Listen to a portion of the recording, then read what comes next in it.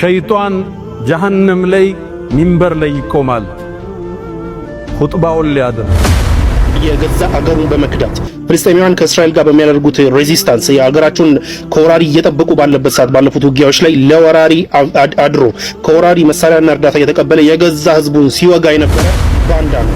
እኔ እኮ ይላሉ ረሱል ሰለላሁ ዐለይሂ ወሰለም ይህን ሰው አውቀዋለሁ ይላል።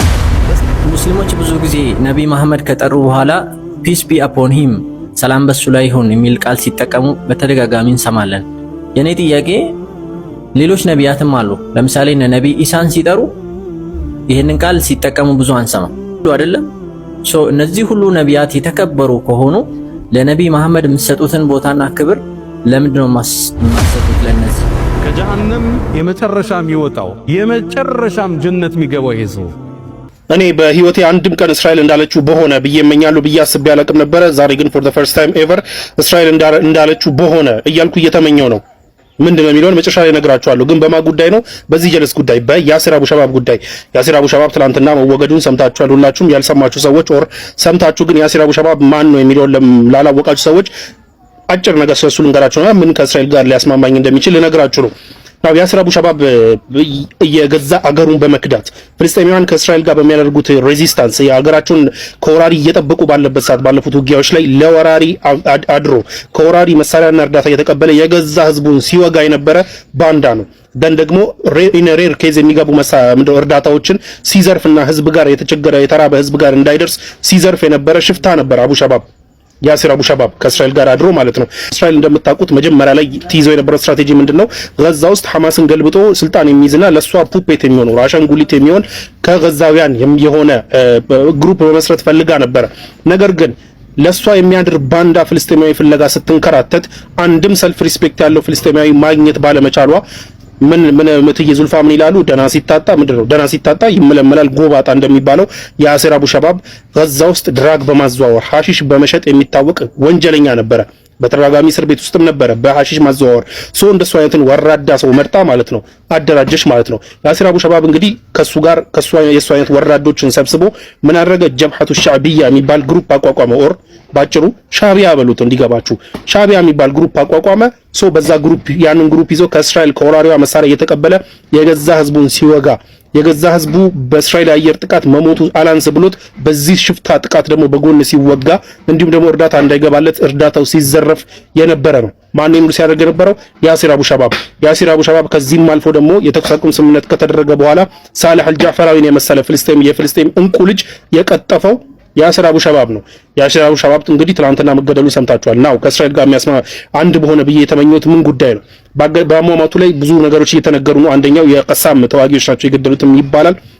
በዛ ጉዳይ ሐማስ ያረጋገጠው ነገር የለም እስካሁን ድረስ። እንደውም አንድ ሐማስ ኦፊሻል እኛ የለንበትም እንዳሉ ነው። ለማንኛውም ግን ሁለት አይነት ሪፖርቶች እየወጡ ነው። አንደኛ እዛው እርስ በርስ በነበረ ውጊያ ነው የሞተው የሚል ነው። ሁለተኛውና የእስራኤል ኒውስ ፔፐሮች እስራኤል ግን እያለች ያለችው ምንድነው የራሱ ተዋጊዎች ጋር በነበረ አለመግባባትና እዛው አካባቢ ባሉ የራሱ ደጋፊዎችና ተዋጊዎች ጋር በነበረ አለመግባባት ምክንያት አምቡሽ አድርገው በደፈጣ ጠብቀው በዱላ ቀጥቅጠው እንደ እባብ እንደገደሉት እንጂ በጥይትም እንዳልሞተ የእስራኤል ኒውስ ፔፐሮች ይዘው እየወጡ ነው። ራሱ ለሽፍታና ለዝርፍ ያስታጠቃቸው የራሱ ሽፍቶች ባለመግባባት ያው እንደምታውቁት የኛ ሀገር ሰው ምን ይላል? ሌባ ሲሰርቅ እንጂ ሲከፋፈል ይጣላ ነው ምናምን ይባላል። ያው ሲከፋፈሉ በነበረ ያው ሽፍታ መጨረሻው እርስ በርስ መጣላት ነውና በነበረ አለመግባባት ተገደሉትና ሞተ ብለው ጥለው ሲሄዱ ነው ያው ለሕክምና ገብቶ በሕክምና የሞተው ሰው። ይሄንን እያሉ ያሉት የእስራኤል ኒውስ ፔፐሮች ናቸው። እኔ እሱ ሪፖርት ይመቸኛል። እንደዛ ቢሆንለት ጸዴ ነው።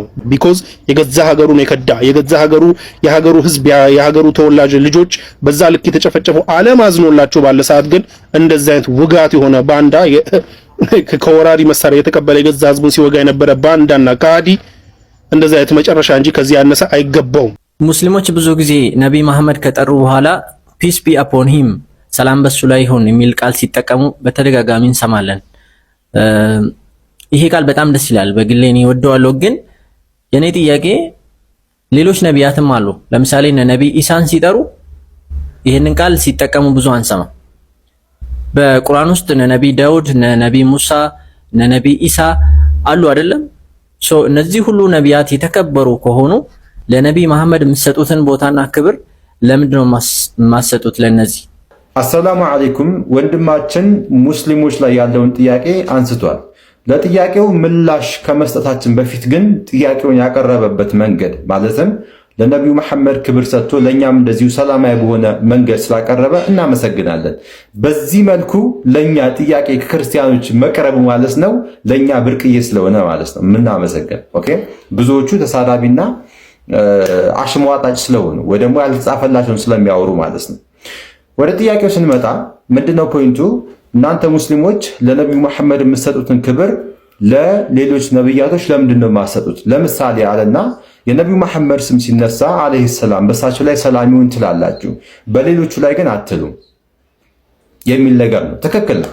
ይሄ የኛ ጉድለት ነው። ኦኬ የነብያቶች ስም ሲነሳ አለይሂ ሰላም ማለት አለብን። ኦኬ እንደ አጠቃላይ ባይሆንም ያው የምንል ሰዎች አለን፣ የማይሉ ሰዎችም አሉ። ይህ ከግንዛቤ እጥረት የመጣ ነው። ኦኬ እስልምናችን ግን እዚህ ጋር ምንድነው ያስቀመጠው? በሶሒህ ሙስሊም 349 ቁጥር ማለት ነው። በዚህ ሐዲስ ላይ ስንመለከት የነብያቶችን ስም እየዘረዘረ ሲያወራ ኢድሪስ፣ ሙሳ ወዒሳ ወኢብራሂም አለና እነሱ ላይ የአላህ እዝነትና ሰላም ይሁን እያለ ይናገራል። እንዲሁም በሶሒህ ሙስሊም ላይም ስለ ዒሳ ሲያወራ ዒሳን ብቻውን ነጥሎት ስሙን አንስቶ ሲያወራ አለይሂ ሰላም እያለ ይናገራል። በሱ ላይ ሰላም ይሁን እያለ ይናገራል። እስልምናችን የነብያቶችን ስም ሲያነሳ እንግዲህ እስልምና ስንል ሐዲስ ቁርአን ነው። ኦኬ ሙስሊም ደግሞ ስንል አማኙ ምእመን ነው። ኦኬ እስልምናችን ስለ ነብያቶች ሲያወራ በዚህ መልኩ ሐዲስ ላይ ቁርአን ላይ ሐዲስ ላይ እንመለከታለን። ኦኬ ስለዚህ ሙስሊሞችም ይሄንን ነገር ሊሉት ይገባል። ይሄ የኛ ክፍተት ነው። ሸይጣን ባወራው ቀናችን የሚያበላሽ የገዘፈ ቅጣት፣ አስፈሪ ቅጣት ጀሃነም። ከጀሃነም የመጨረሻ የሚወጣው የመጨረሻም ጀነት የሚገባው ይሄ ሰው እኔ እኮ ይላሉ ረሱል ሰለላሁ ዐለይሂ ወሰለም ይህን ሰው አውቀዋለሁ ይላል። በሲራጥ ላይ ከጀሃነም ወጥቶ ይራመዳል። የምሺ መረተን ወየክቡ መራ። አንዴ ይራመድና ደክሞታል፣ ስራውም አላስጓዘውም፣ ይወድቃል። አንዲያ ወተስፈእሁ ናሩ መራ። ከታች የጀሃነም ወላፈን ፊቱን ያገኘዋል፣ ያጠቁረዋል። እንደዛ እየዳኸ የጀሃነም ዳርቻ ላይ ይደርሳል። ከዛም ስቃዩን ያስታውስና ዞር ብሎ ተባረከ ለዚ ነጃኒ ቢኪ ካንቺ ነጃ ያወጣኝ አላህ ረድኤቱ ሰፋ ይላል። ለቀድ አዕጣኒ ላሁ ሸይአን ማ ለም ዩዕጢ አሐደን ሚነል አወሊነ ወልአኺሪን ከመጀመሪያው ትውልድም ከመጨረሻውን ያልሰጠውን ጸጋ ሰጥቶኛል ይላል። ከጀሃነም ነፃ ወጣ። ከዛ ጉድ አላህ አወጣ። የተለያዩ የበር ክፍሎች አላት። ለሃ ሰብዐቱ አብዋብ የተለያዩ የሆኑ ዋሻዎች አሏት። እባቡ ዘንዶ ያለበት። ተባረከ ለዚ ነጃኒ ሚንክ ካንቺ ያወጣኝ ጌታ ረድኤቱ ሰፋ ይላል። ዛም ጀሃነም ዳርቻ ላይ ቁጭ ብሎ አላህ ከቅርብ ርቀት የጀነት ዛፍ ያሳየዋል። ስሮቿ ከወርቅ ይሆን መስኩም ያምር፣ ወንዞቿ ያምር። ከዛ ትንሽ ይቆይና አላህ ወይ ይላል፣ ጥሪ ያቀርባል ይላሉ ነብዩ አለይሂ ሰላቱ ወሰለም። ወደዚህ ዛፍ አስጠጋኝ ይላል። ከጥለዋ ልጠለል ከወንዞቿ ልጠጣ ይላል። አላህ መልስ ይሰጠዋል። አንተ የአደም ልጅ ወይ ሌላ አትጠይቀኝም ይለዋል። በልቅና ይሁንብኝ አልጠይቅህ ይላል። አላህም ወደዚህ ቦታ ይወስደዋል። ይጠጣል፣ ያርፋል፣ ይዝናናል፣ ሁለመናው ይመቸዋል። ትንሽ እንደቆየ ከቅርብ ርቀት አላህ ከመጀመሪያው የምታምር ያሳየዋል። ውብ የጀነት ዛፍ መስኩ፣ ወንዙ። ከዛ አላህን እንዴት ይጠይቅ? አልጠይቅም ብሎ ነበር። ከዛም ሶብር ያጣና አላህ ወይ ይላል። የአደም ልጅ ምን ፈለክ?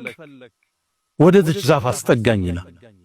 አንተ የአደም ልጅ ወይ አልጠይቅም ብለህ ቅድም አልማልክም ይለዋል። ግዴለም ሌላ አልጠይቅም ወዕዘቲክ በልቅና ይሆንብኝ ይለዋል። አላህም ያስጠጋዋል፣ በምቾት ያሳልፋል። ከዛም ይላሉ ነብዩ አለይሂ ሰላቱ ወሰለም ጀነት በር ላይ ሌላ ዛፍ ያሳየዋል። ከዛ ታገሰ። አላህ እንዴት ይጠይቀው? ቅድም አልጠይቅም ብሎ ምሏል፣ ግን ደግሞ ጓጉቷል። ነብዩ ምን አሉ? ወረብሁ ያዕذሩ ጌታ አውቆ ይቅር ይለዋል። ምነው ትዕግስት የሚያሳጣ ነገር እያየለው። ከዛ ትንሽ ይቆዝምና እጁን ያ ረብ ይላል። አላህ ወይ ወደዚህ ዛፍ አስጠጋኝ ይላል። አንተ የአደም ልጅ ወይ አልጠይቅም አላልከኝም እንዴ? ከዚህ በኋላ አልጠይቅህም ይለዋል። አላህ ወደዛች አስጠጋዋል። ምቾት ተሰምቶት ድንገት ሲመለከት